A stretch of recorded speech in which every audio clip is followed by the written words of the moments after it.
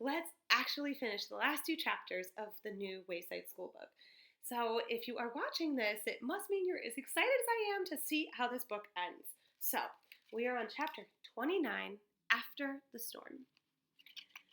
The boops and booms stopped, and the lights were back on. Myron and the others had to step over all sorts of objects to make their way back up towards the classroom. The stairs were strewn with papers and books, cafeteria trays, musical instruments, an air pump. It's weird. Oh, maybe for the balls outside. The giant stuffed walrus, and even that bust of Sigmund Freud. Between the 26th and 27th floors, the stairs were completely blocked off by Mr. Kidswatter's enormous desk. They all had fun climbing over it, even Mrs. Jules. Once back in class, Myron dropped Mrs. Zarv's fingernail into the bucket, which unfortunately was empty. Sadly, the other 999,999 nail clippings were gone. Myron would have written 1,000,000 on the blackboard anyway, but there was no blackboard. There was chalk, however. It was as if everything in Wayside School had been shuffled like a deck of cards and dealt randomly to every floor. Mrs. Jules' blackboard was eventually discovered in the library. Fingernails and toenails would continue to be found for years to come, sometimes in strange places. Sounds gross. The sun shined, the sky was blue as Allison's eyes, and birds chirped as they flew about. There had been no birds during the dark days of doom. Louis, the art teacher, shoveled snow off the roof. Among other things, the cloud had dumped huge amounts of snow. The playground sparkled white. Louis had to be careful. The snow was packed high above the guardrails and was very slippery. "Look out below!" he shouted as he tossed a shovelful of snow over the edge. Down below, the kids were playing a kind of reverse dodgeball. It was boys against the girls. Every time Louis shouted, "Look out below!" they did the opposite. Eric Ovens charged past Jenny and dived face first, sliding across the snow-covered ground. Louis's clump of snow smacked him right on the head. "1 point!" he exclaimed. Recess was 3 hours that day. The kids had been sent out to play while the teachers were stuck cleaning up the mess made by the storm. Just as Mrs. Jules had predicted, now that the cloud of doom was gone, the world had become a happier place. The only thing missing was a rainbow. "Look out below!" Louis shouted from the other side of the school. They raced around the building. Leslie dived into the falling clump. "1 point," she declared. "No way, Miss Piggytail," said Terence. "It missed you." "Oh, it did not," Leslie said. "See, look, I've got snow in my hair." "Ah, that's ground snow," argued Terence. Dana came to Leslie's defense. "Some of it came from the ground," she agreed, "but 4 flakes came from the air. I saw them." "How could you see 4 little flakes?" asked Paul. "Super glasses," Dana said, pointing to her spectacles. She picked out 4 snowflakes out of Leslie's hair. 1, 2, 3, 4, just like I told you. "Well, that proves it," said BB. 1 point. Paul scowled. He remained skeptical of her spectacles. That was one of the words they mixed up in the spelling bee.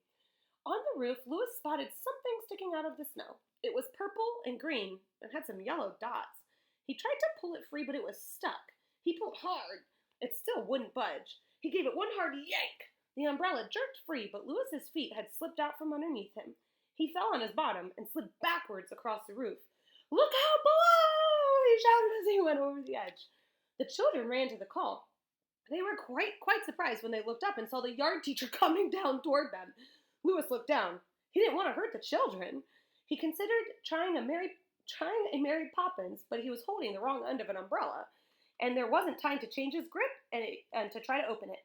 His best chance was try to grab the top of the flagpole. Wayside School had an extra tall flagpole so that it wouldn't look too puny next to the big building. Louis reached for it but missed. The next thing he knew, he was spinning wildly in circles. The curved handle of the umbrella had hooked the pole. Also, he missed the pole, but the hook of it has grabbed onto the hole. Louis whirled dizzily around as he slowly moved down the pole. So he's like, woo, woo, woo, like a tetherball. He must have circled the flagpole more than 1,000 times. Sherry ran to him. To Louis, it looked like there were 6 Sherrys, all spinning like tops. "Thanks, Louis, you're the best," said Sherry, taking her umbrella. "But there was no big rush. You could have just used the stairs." So that was a pretty fun chapter. I'm glad that cloud of doom is gone. And I'm just going to keep reading the very last chapter called Rainbow. Interesting. There was no stove in the kitchen cafeteria. An enormous pot hung from a thick chain above a blazing fire. "Lower the pot," ordered Miss Mush. Mr. Pepper Ratter turned the squeaky crank, and the pot came down. I think that's probably what this picture is of. What will it be today? He asked. Shh, said Miss Mush. Mr. Pepperatter, it's a hard name, knew better. You must never interrupt a great artist during her moment of inspiration. Miss Mush's eyes were closed. She rubbed her chin. She wanted to make something truly special after the cloud of doom. Rainbow stew, she declared as she raised her wooden spoon high above her head. Brilliant, agreed Mr. Pepperatter. What do we have that's red? Asked Miss Mush. Mr. Pepperatter looked over the inventory list.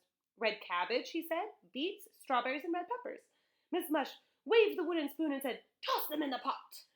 Flames shot up as Mr. Pepperatter threw in the ingredients. He had to shield his eyes from the smoke. It sounds like they're like witches making a brew. What about yellow? Asked Miss Mush. Yellow squash, bananas, yellow peppers, yellow onions. Start with bananas, said Miss Mush. Gross. And then we'll see about the onions. Mr. Pepperatter started to peel a banana, but Miss Mush stopped him. The peel is the best part, and it's the part that's yellow, she reminded him. If I wanted white, I would have asked for peeled bananas. Sorry, said Mr. Pepperatter. He tossed in 57 bushels of bananas, peels and all, into the pot. There was a loud hissing noise as the steam filled the room. Some cooks considered things like taste or perhaps nutrition when preparing a meal. For rainbow stew, color was all that mattered. Miss Mush stirred the pot with a large wooden stick. Perhaps a little black for definition now, she said. Mr. Pepperatter read from his list. Poppy seeds, burnt toast, my shoes. Ew. High above them in Mrs. Jules's class, several children held their nose. Oh, what's that smell? Asked Calvin. Miss Mush must be cooking something, said Bebe. Smells like shoes, said Myron. TJ sniffed. Black shoes, he said, with hard laces, or hard soles and no laces. You can smell the laces? Asked Kathy. No, said DJ. I just told you that there weren't any laces. Mr. Kidswatter's voice came over the speaker. Good morning, students. It's another great day here at... And you could hear the sound of paper rustling. Wayside School. For lunch today, Miss Mush will be serving rainbow stew. It will be the greatest lunch ever. 15 floors beneath them, Miss Mush felt her stomach tighten. She, too, had heard Mr. Kidswatter's morning announcement. Now the pressure was on. She climbed a ladder and stared down into the bubbling pot. So she's climbed a ladder to look down into the pot because it's so big. Her face was covered in soot and sweat. Something orange, she decided. How about oranges, suggested Mr. Pepperatter. Too obvious, said Miss Mush. Carrots? I suppose, said Miss Mush, although carrots didn't feel right to her. Inspiration struck. 18 pumpkins, she exclaimed. Each pumpkin made a giant splash as Miss Mush and Mr. Pepperatter took turns tossing them in the pot. After all the pumpkins were added to the stew, a tiny smile crept across Miss Mush's face. It was a smile that all great artists know well. After years of self-doubt, she started to believe that she was actually on the verge of creating something wonderful. But it was just a quick smile and then back to work. The doubts always returned.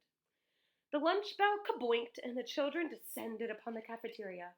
Rainbow stew, said Benjamin. Oh, that sounds like it could be good. Don't let the name fool you, warned Todd. The better the name, the worse it tastes. Yeah, remember when she made Midnight Madness, said Paul. Don't even say it, snapped Leslie. I was up all night running in circles. Miss Mush and Mr. Pepperatter stood shoulder to shoulder as all the children lined up. They had finished the stew only minutes before. I hope they like it, Miss Mush whispered. They will, Mr. Pepperatter assured her. He wore short pants, black socks, and no shoes. Miss Mush hoped he was right, but all her doubts had returned. Her apron was splotched with lots of bright colors, but the rainbow stew, it looked like a lumpy, grayish-brown mud. She didn't understand. What had happened to all the colors? And if you're an actual artist, you know that like the second you start mixing them all together, it just turns brown and gross. Mauricia reached the front of the line. Miss Mush scooped some rainbow stew into a bowl and handed it to her. Thank you, Miss Mush, said Mauricia, always polite. Sorry, it was supposed to be a bit more colorful, explained Miss Mush. I don't know what went wrong. Joy was next. Sorry, Miss Mush said again as she handed a bowl to Joy. Sorry, Ron, she said. I'm sorry, Dee Dee. Sorry, Joe. Sorry, John. I'm sorry. Allison and Rondi sat at one end of a long table. Are you going to eat it? Rondi asked Allison. I have a tangerine in my pocket, said Allison. Maybe I'll just eat that.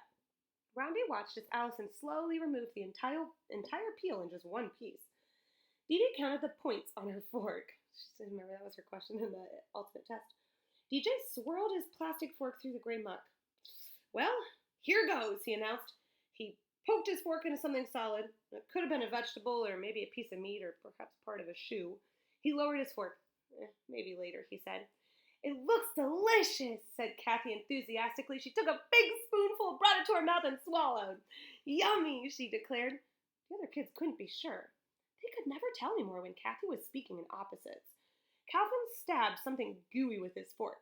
He brought it to his mouth, chewed a while, and then chewed some more. Well, asked Bibi. Calvin wasn't sure how to describe it. Red, he said at last. Red? Questioned Allison. That's a color, not a taste. And blue, said Calvin. Ronnie took a bite. She chewed a while. Purple, she declared. I taste yellow, said Todd. Dana swallowed. Pink, she exclaimed. John finished chewing, then swallowed. Kind of blue-green, he said. It's delicious, said Sherry. Purple and green with yellow polka dots. The more they chewed, the more colors they tasted. That's silly, said Allison. She took a bite. Her eyes shone. She tasted orange with green and purple stripes and a black outline. Do you like it? Asked Ronnie. It's only the best lunch ever, said Allison. Mr. Pepper-Ratter grabbed and shook Miss Mush's arm. They like it, he said excitedly. Look at them, they really like it. Miss Mush didn't say a word. A tear rolled down her sweaty, sooty cheek. Did you write down the recipe, he asked. Miss Mush shook her head. There was no recipe, she whispered. No two rainbows are ever the same. She gazed out across the lunchroom. This was all she had ever wanted. And everybody chewed. Normally it ends everybody booed. And here's again a picture of our author. And that's the end of our book. I love that this one had a really good author's message at the end, and it was obviously really silly. So if you've made it to the end of this video, I want to let you know that I have loved every minute of our year together, and I'm going to miss you so much. And come and see me in 3rd grade. I'm not going anywhere. And don't forget to show kindness, be responsible, and always try your best. You guys are going to do great things. I love you.